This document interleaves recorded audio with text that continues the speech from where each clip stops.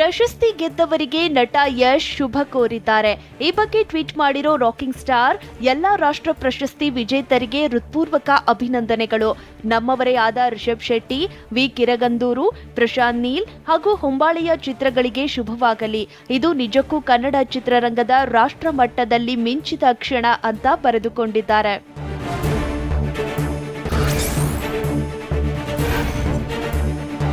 ರಾಷ್ಟ್ರೀಯ ಪ್ರಶಸ್ತಿ ಘೋಷಣೆ ಆಗ್ತಿದ್ದಂತೆ ನಟ ಯಶ್ ರಿಷಬ್ ಶೆಟ್ಟಿಗೆ ಕರೆ ಮಾಡಿ ಮಾತನಾಡಿದ್ದಾರೆ.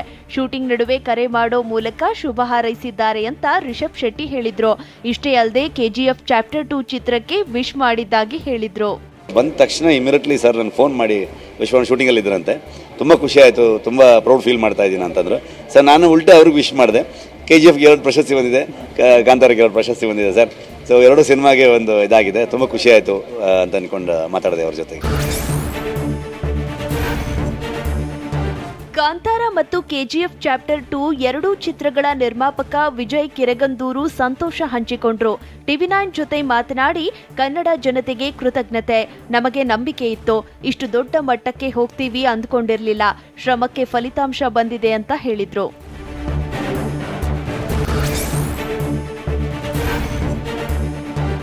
ಕಾಂತಾರ ಚಿತ್ರದಲ್ಲಿ ರಿಷಬ್ ಶೆಟ್ಟಿ ಅವರ ತಾಯಿ ಪಾತ್ರ ಮಾಡಿದ ಮಾನಸಿ ಸುಧೀರ್ ಅವರು ಖುಷಿ ಹಂಚಿಕೊಂಡ್ರು. ರಿಷಬ್ ಶೆಟ್ಟಿ ತುಂಬಾ ಶ್ರಮ ಪಟ್ಟಿದ್ದಾರೆ, ಅವರ ಶ್ರಮಕ್ಕೆ ಫಲ ಸಿಕ್ಕಿದೆ. ಮಹಾಲಕ್ಷ್ಮಿ ಹಬ್ಬದ ದಿನ ಅವಾರ್ಡ್ ಸಿಕ್ಕಿರೋದು ತುಂಬಾ ಖುಷಿಯಾಗಿದೆ ಅಂದ್ರು. ನಾನು ದೈವದ ಶಕ್ತಿ, ದೇವರ ಶಕ್ತಿ ಅಂತ ನಂಬುದು ಶ್ರಮವನ್ನು. ರಿಷಬ್ ಶೆಟ್ಟಿ ಅವರು ಪ್ರಾಮಾಣಿಕವಾಗಿ ಶ್ರಮ ಪಟ್ಟಿದ್ದಾರೆ, ಆ ಶ್ರಮಕ್ಕೆ ತಕ್ಕ ಒಂದು ಬೆಲೆ ಸಿಕ್ಕಿದೆ.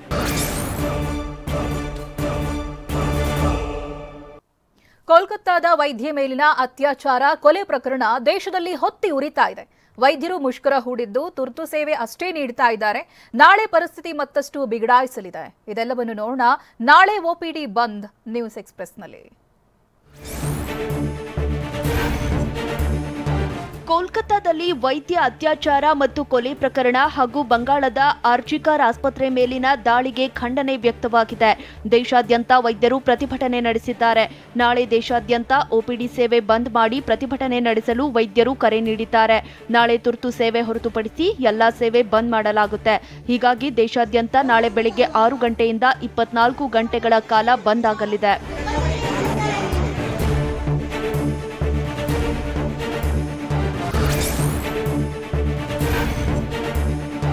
ಕೋಲ್ಕತ್ತಾ ವೈದ್ಯ ಅತ್ಯಾಚಾರ ಮತ್ತು ಹತ್ಯೆಗೆ ಖಂಡನೆ ವ್ಯಕ್ತಪಡಿಸಿ ನಾಳೆ ಖಾಸಗಿ ಆಸ್ಪತ್ರೆಗಳ OPD ಸೇವೆಗಳು ಕೂಡ ಬಂದ್ ಆಗಲಿವೆ. IMA, PHANA ಅಡಿ ಬರೋ ಖಾಸಗಿ ಆಸ್ಪತ್ರೆಗಳು ಬಂದ್ ಆಗಲಿವೆ. ಕೋಲ್ಕತ್ತಾ ವೈದ್ಯ ಹತ್ಯೆ ಖಂಡಿಸಿ ವೈದ್ಯರ ಮುಷ್ಕರಕ್ಕೆ ಬೆಂಬಲ ಸೂಚಿಸಿದ್ದು, ಖಾಸಗಿ ಆಸ್ಪತ್ರೆಗಳಲ್ಲಿ ಎಮರ್ಜೆನ್ಸಿ ಸೇವೆ ಮಾತ್ರ ಲಭ್ಯವಾಗಲಿದೆ.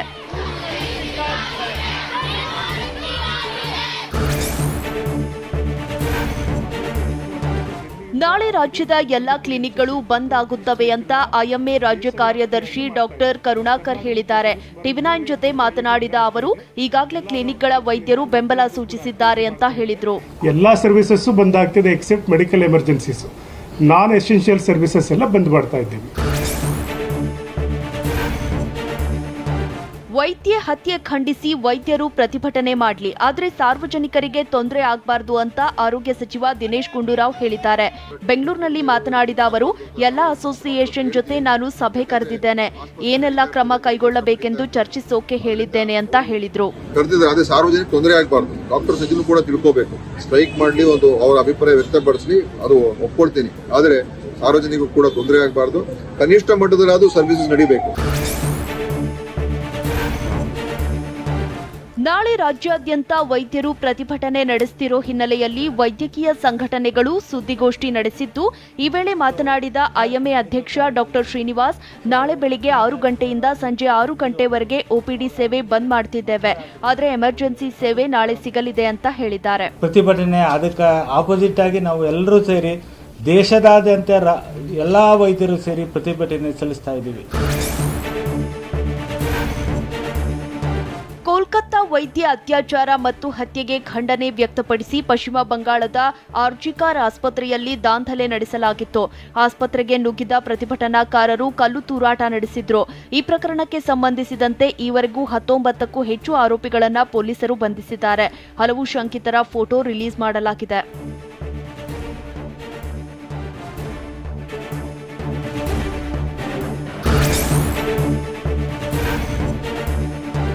ಕೋಲ್ಕತ್ತಾದಲ್ಲಿ ವೈದ್ಯೆಯ ರೇಪ್ ಮತ್ತು ಕೊಲೆ ಖಂಡಿಸಿ ದಾಂಧಲೆ ವಿಚಾರಕ್ಕೆ ಸಂಬಂಧಿಸಿದಂತೆ ಮಮತಾ ಬ್ಯಾನರ್ಜಿ ಸರ್ಕಾರಕ್ಕೆ ಪಶ್ಚಿಮ ಬಂಗಾಳ ಹೈಕೋರ್ಟ್ ತರಾಟೆಗೆ ತೆಗೆದುಕೊಂಡಿದೆ. ಆಸ್ಪತ್ರೆಗೆ ಭದ್ರತೆ ನೀಡಲಾಗದಿದ್ದರೆ ನಾವೇ ಮುಚ್ಚಿಸುತ್ತೇವೆ ಅಂತ ರಾಜ್ಯ ಪೊಲೀಸ್ ವೈಫಲ್ಯಕ್ಕೆ ಹೈಕೋರ್ಟ್ ಜಡ್ಜ್ ಕೆಂಡಾಮಂಡಲರಾಗಿದ್ದಾರೆ. ದೀದಿ ಸರ್ಕಾರಕ್ಕೆ ಕೋಲ್ಕತ್ತಾ ಹೈಕೋರ್ಟ್ ಕ್ಲಾಸ್ ತೆಗೆದುಕೊಂಡಿದ್ದು, ಇದು ಆಡಳಿತ ಯಂತ್ರದ ಸಂಪೂರ್ಣ ವೈಫಲ್ಯ ಅಂತ ಕಿಡಿಕಾರಿದೆ.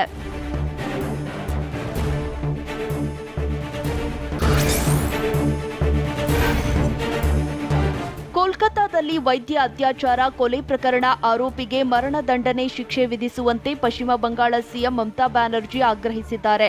ವೈದ್ಯ ಹತ್ಯೆ ಖಂಡಿಸಿ ಬೀದಿಗಿಳಿದು ಹೋರಾಟ ಮಾಡುತ್ತಿದ್ದಾರೆ. ಭಾನುವಾರದೊಳಗೆ ಮರಣದಂಡನೆ ಶಿಕ್ಷೆ ಘೋಷಿಸುವಂತೆ ದೀದಿ ಡೆಡ್ಲೈನ್ ನೀಡಿದ್ದಾರೆ. ಇದರ ಬೆನ್ನಲ್ಲೇ ತನಿಖೆ ಕೈಗೆತ್ತಿಕೊಂಡ ಸಿಬಿಐ ತನಿಖೆ ಚುರುಕುಗೊಳಿಸಿದೆ.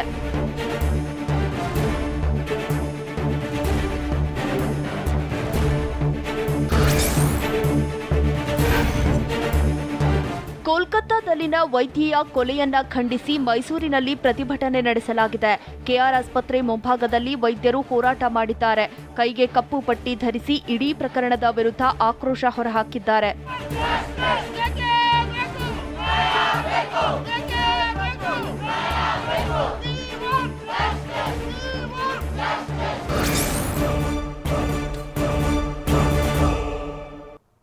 ತುಂಗಭದ್ರಾ ಜಲಾಶಯದಲ್ಲಿ ಗೇಟ್ ಅಳವಡಿಕೆ ಕಾರ್ಯ ಮುಂದುವರೆದಿದೆ. ಅಧ್ಯಯನ ಮಾಡದೆ ಸಿಬ್ಬಂದಿ ಕಾರ್ಯಾಚರಣೆಗೆ ಇಳಿದ್ರ ಅನ್ನೋ ಅನುಮಾನ ಕೂಡ ಶುರುವಾಗಿದೆ. ಮತ್ತೊಂದು ಕಡೆ ದುರಸ್ತಿ ನಡೆಯುತ್ತಿದ್ರೂ 6 ದಿನಗಳಲ್ಲಿ 33 ಟಿಎಂಸಿಯಷ್ಟು ನೀರು ಖಾಲಿಯಾಗಿದೆ. ಇದೆಲ್ಲವನ್ನು ನೋಡೋಣ ಗೇಟ್ಗೆ ಹರಸಾಹಸ ನ್ಯೂಸ್ ಎಕ್ಸ್‌ಪ್ರೆಸ್‌ನಲ್ಲಿ.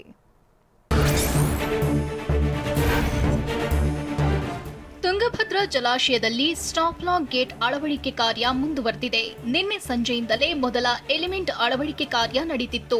ಆದರೆ ಕೆಲ ಅಡ್ಡಿಗಳು ಬಂದಿದ್ದಕ್ಕೆ ಸಿಬ್ಬಂದಿ ಕೆಲಸ ಸ್ಥಗಿತಗೊಳಿಸಿದ್ರು. ಆದ್ರಿಂದು ಬೀಮ್ ಕಟ್ ಮಾಡಿ ಮೇಲಿನಿಂದ ಕಾರ್ಯಾಚರಣೆ ನಡೆಸುತ್ತಿದ್ದಾರೆ.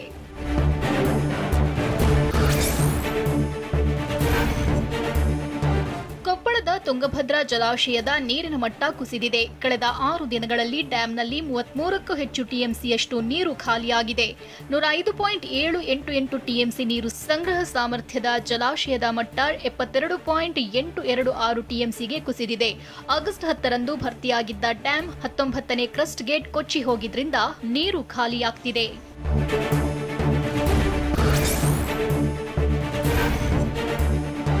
ತುಂಗಭದ್ರಾ ಜಲಾಶಯ ಗೇಟ್ ದುರಸ್ತಿ ಮಾಡಲು ಪೂರ್ವ ತೊಡಕುಗಳನ್ನು ಅಧ್ಯಯನ ಮಾಡದೆ ಕಾರ್ಯಾಚರಣೆಗೆ ಇಳಿದಿದ್ದೇ ಪ್ಲಾನ್ ವಿಳಂಬಕ್ಕೆ ಕಾರಣವಾಗ್ತಿದ್ಯಾ ಅನ್ನೋ ಅನುಮಾನ ಶುರುವಾಗಿದೆ.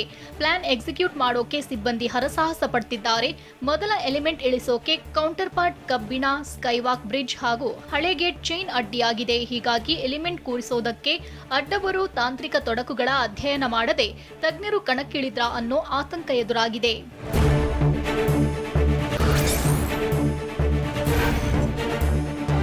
ಟಿಬಿ ಡ್ಯಾಂಗೆ ಹೊಸ ಗೇಟ್ ಅಳವಡಿಕೆಗೆ ಮೇಲ್ನೋಟಕ್ಕೆ ಕಾಣುವ ಸಾಮಾನ್ಯ ತೊಡಕುಗಳು ತಜ್ಞರ ಎಣಿಕೆಗೆ ನಿಲುಕದೆ ಹೋಯ್ತಾ ಅನ್ನೋ ಅನುಮಾನ ಕಾಣ್ತಿದೆ. ಎಲಿಮೆಂಟ್ ಕೂರಿಸುವ ಮೊದಲೇ ತಜ್ಞರ ತಂಡ ಅಧ್ಯಯನ ನಡೆಸಿತ್ತು. ಆದರೆ ಎದುರಾಗುವ ತೊಡಕುಗಳ ಬಗ್ಗೆ ಅಧಿಕಾರಿಗಳು ನಿರ್ಲಕ್ಷ್ಯ ವಹಿಸಿದ್ದಾರೆ. ಕಾರ್ಯಾಚರಣೆ ವಿಧಾನ ಮಾಹಿತಿಗಳನ್ನು ಸರಿಯಾಗಿ ಹಂಚಿಕೊಳ್ಳದೆ ಟಿಬಿ ಬೋರ್ಡ್ ಮುಚ್ಚಿಟ್ಟಿರೋದಕ್ಕೆ ಆಕ್ರೋಶ ವ್ಯಕ್ತವಾಗಿದೆ.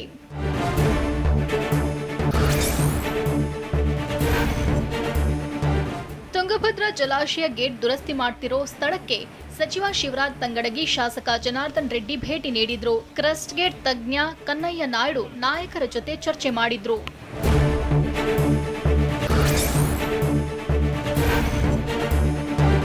ಉತ್ತರ ಕನ್ನಡ ಜಿಲ್ಲೆಯ ಶಿರೂರಿನ ಬಳಿ ಕಣ್ಮರೆಯಾದ ಮೂವರಿಗಾಗಿ ಶೋಧ ಕಾರ್ಯ ಮುಂದುವರೆದಿದೆ. ಜುಲೈ 16ರಂದು ಗುಡ್ಡ ಕುಸಿದು ದುರಂತ ಸಂಭವಿಸಿತ್ತು.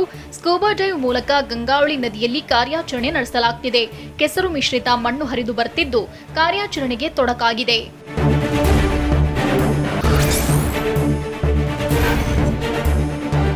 ಉತ್ತರ ಕನ್ನಡ ಜಿಲ್ಲೆ ಶಿರೂರಿನ ಕಾಳಿ ನದಿಯಲ್ಲಿ ಬಿದ್ದಿದ್ದ ಲಾರಿ ಮೇಲೆತ್ತುವಲ್ಲಿ ಈಶ್ವರ್ ಮಲ್ಪೆ ತಂಡ ಯಶಸ್ವಿಯಾಗಿದೆ. ಈ ಬಗ್ಗೆ ಈಜು ತಜ್ಞ ಈಶ್ವರ್ ಮಲ್ಪೆ ಟಿವಿ9 ಜೊತೆ ಮಾತುಕತೆ ನಡೆಸಿದ್ದಾರೆ. ಲಾರಿ ಮೇಲೆತ್ತುವಲ್ಲಿ ನಾವು ಯಶಸ್ವಿಯಾಗಿದ್ದೇವೆ, ಆದರೆ ಖುಷಿ ತಂದಿಲ್ಲ.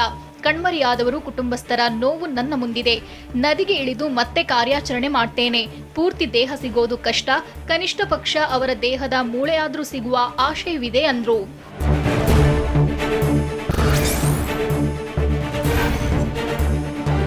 ಉತ್ತರ ಕನ್ನಡ ಜಿಲ್ಲೆಯ ಶಿರೂರಿನ ಗುಡ್ಡ ಕುಸಿತದಲ್ಲಿ ನಾಪತ್ತೆಯಾಗಿರೋ ಕೇರಳದ ಯುವಕನಿಗಾಗಿ ಸರ್ಕಾರದ ಮೇಲೆ ಒತ್ತಡ ಹೆಚ್ಚಾಗಿದೆ.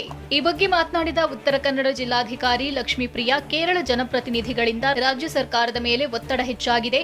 ನಾಪತ್ತೆಯಾದವರ ಪತ್ತೆಗಾಗಿ ವೈಜ್ಞಾನಿಕ ಶೋಧ ಕಾರ್ಯ ನಡೆದಿದೆ. ನೌಕಾಪಡೆ, ಈಜು ತಜ್ಞರಿಂದ ಕಾರ್ಯಾಚರಣೆ ಮುಂದುವರಿಯುತ್ತೆ ಎಂದಿದ್ದಾರೆ.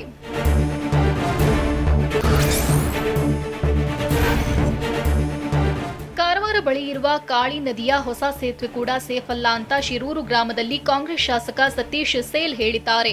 ಉತ್ತರ ಕನ್ನಡ ಜಿಲ್ಲೆ ಅಂಕೋಲಾ ತಾಲೂಕಿನ ಶಿರೂರು ಗ್ರಾಮದಲ್ಲಿ ಹೊಸ ಸೇತುವೆ ಸೇಫ್ ಅಲ್ಲ ಅಂತ ಈ ಹಿಂದೆ ಪ್ರತಿಭಟಿಸಿದ್ದೆ. ಆದರೆ ಸ್ಥಳೀಯರು ಅದಕ್ಕೆ ರಾಜಕೀಯ ತಿರುವು ಕೊಟ್ಟಿದ್ರು. ಆದ್ರೀಗ ಆ ಸೇತುವೆ ಬಿರುಕು ಬಿಟ್ಟಿರುವ ಫೋಟೋ ಎಲ್ಲೆಡೆ ಹರಿದಾಡ್ತಿದ್ದು, ಸಂಬಂಧಪಟ್ಟವರು ಆದಷ್ಟು ಬೇಗ ಮುನ್ನೆಚ್ಚರಿಕೆ ವಹಿಸಬೇಕು ಅಂತ ಹೇಳಿದ್ರು.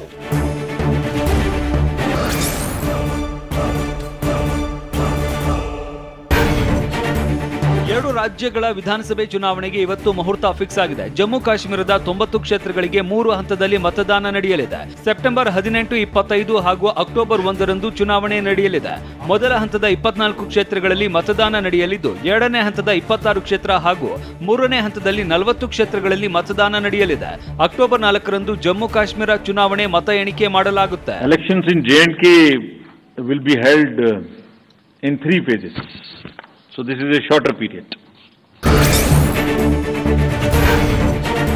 ಹರಿಯಾಣ ವಿಧಾನಸಭಾ 90 ಕ್ಷೇತ್ರಗಳಿಗೆ ಅಕ್ಟೋಬರ್ 1ರಂದು ಮತದಾನ ನಡೆಯಲಿದೆ. ಜಮ್ಮು ಕಾಶ್ಮೀರದ ಜೊತೆ ಹರಿಯಾಣದಲ್ಲಿ ಅಕ್ಟೋಬರ್ 4ರಂದು ಫಲಿತಾಂಶ ಪ್ರಕಟವಾಗಲಿದೆ. ಎರಡು ರಾಜ್ಯಗಳ ಚುನಾವಣಾ ದಿನಾಂಕ ಘೋಷಣೆಯಾಗಿದ್ದು, ಜಮ್ಮು ಕಾಶ್ಮೀರದಲ್ಲಿ ಹೆಚ್ಚಿನ ಭದ್ರತೆ ಒದಗಿಸುವುದಕ್ಕೆ ಚುನಾವಣಾ ಆಯೋಗ ಸಿದ್ಧತೆ ಮಾಡಿಕೊಂಡಿದೆ. 370 ರದ್ದತಿ ಬಳಿಕ ಜಮ್ಮು ಎದುರಿಸ್ತಾ ಇರುವ ಮೊದಲ ಚುನಾವಣೆ ಇದಾಗಿದೆ.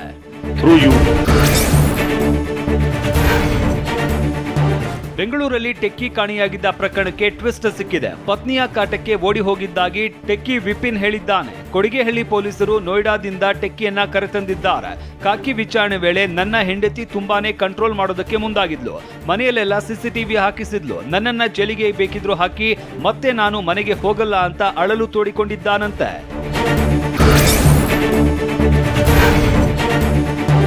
ಮಂಡ್ಯ ಜಿಲ್ಲೆಯಲ್ಲಿ ಹೆಣ್ಣು ಭ್ರೂಣ ಪತ್ತೆ ಹಾಗೂ ಹತ್ಯೆ ಮಾಡಿದ್ದ ಮತ್ತೊಂದು ಜಾಲ ಸಿಕ್ಕಿಬಿದ್ದಿದೆ. ನಾಗಮಂಗಲ ತಾಲೂಕಿನ ಮಾವಿನಕೆರೆಯಲ್ಲಿ ಘಟನೆ ನಡೆದಿದೆ. ಭ್ರೂಣಲಿಂಗ ಪತ್ತೆ ಮಾಡ್ತಾ ಇದ್ದಾಗಲೇ ಅಧಿಕಾರಿಗಳು ರೇಡ್ ಮಾಡಿದ್ದಾರೆ. ದಾಳಿ ವೇಳೆ ಅಬಾರ್ಷನ್ ಕಿಟ್, ಸ್ಕ್ಯಾನಿಂಗ್ ಮಿಷನ್ ಪತ್ತೆಯಾಗಿವೆ. ದಾಳಿ ವೇಳೆ ಹಾಸನ ಮೂಲದ ಗರ್ಭಿಣಿ ಮಹಿಳೆ ಸ್ಥಳದಲ್ಲೇ ಇದ್ರು. ಕಿಡಿಗೇಡಿಗಳು ಅಧಿಕಾರಿಗಳ ಮೇಲೆ ದಾಳಿ ಮಾಡಿರೋದಾಗಿ ಡಿಎಚ್ಒ ಹೇಳಿದ್ದಾರೆ. ನಾವು 2 ತಿಂಗಳಿಂದ ಇದನ್ನ ಪ್ಲಾನ್ ಮಾಡ್ಕೊಂಡಿದ್ದು, ಈ ರೀತಿ ನಡೀತಾ ಇದೆ ಅಂತ. ಯಾಕೆಂದ್ರೆ ನಾವು ಬಂದಾಗಲಿಂದ ಇಲ್ಲಿ ಲೇಟ್ ರಿಜಿಸ್ಟ್ರೇಷನ್ ಅಂತ ಹೇಳ್ತೀವಿ.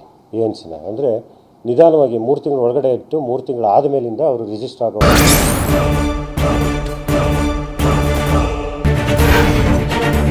ಡಿ ಗ್ಯಾಂಗ್ನಿಂದ ರೇಣುಕಾಸ್ವಾಮಿ ಕೊಲೆ ಪ್ರಕರಣದ ತನಿಖೆ ಅಂತಿಮ ಘಟ್ಟ ತಲುಪಿದೆ ಅಂತ ನಗರ ಪೊಲೀಸ್ ಆಯುಕ್ತ ದಯಾನಂದ್ ಹೇಳಿದ್ದಾರೆ.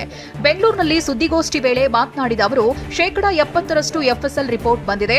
ಎಫ್ಎಸ್ಎಲ್ ರಿಪೋರ್ಟ್ ಬಳಿಕ ಚಾರ್ಜ್ ಶೀಟ್ ಸಲ್ಲಿಸುತ್ತೇವೆ. ಮೌಖಿಕ, ತಾಂತ್ರಿಕ, ಸಾಂದರ್ಭಿಕ ಸಾಕ್ಷಿ ಸಂಗ್ರಹಿಸಲಾಗಿತ್ತು. ಇನ್ನೂ ಕೆಲ ವರದಿ ಬರಬೇಕಿದೆ ಅಂತ ದಯಾನಂದ್ ಹೇಳಿದ್ದಾರೆ.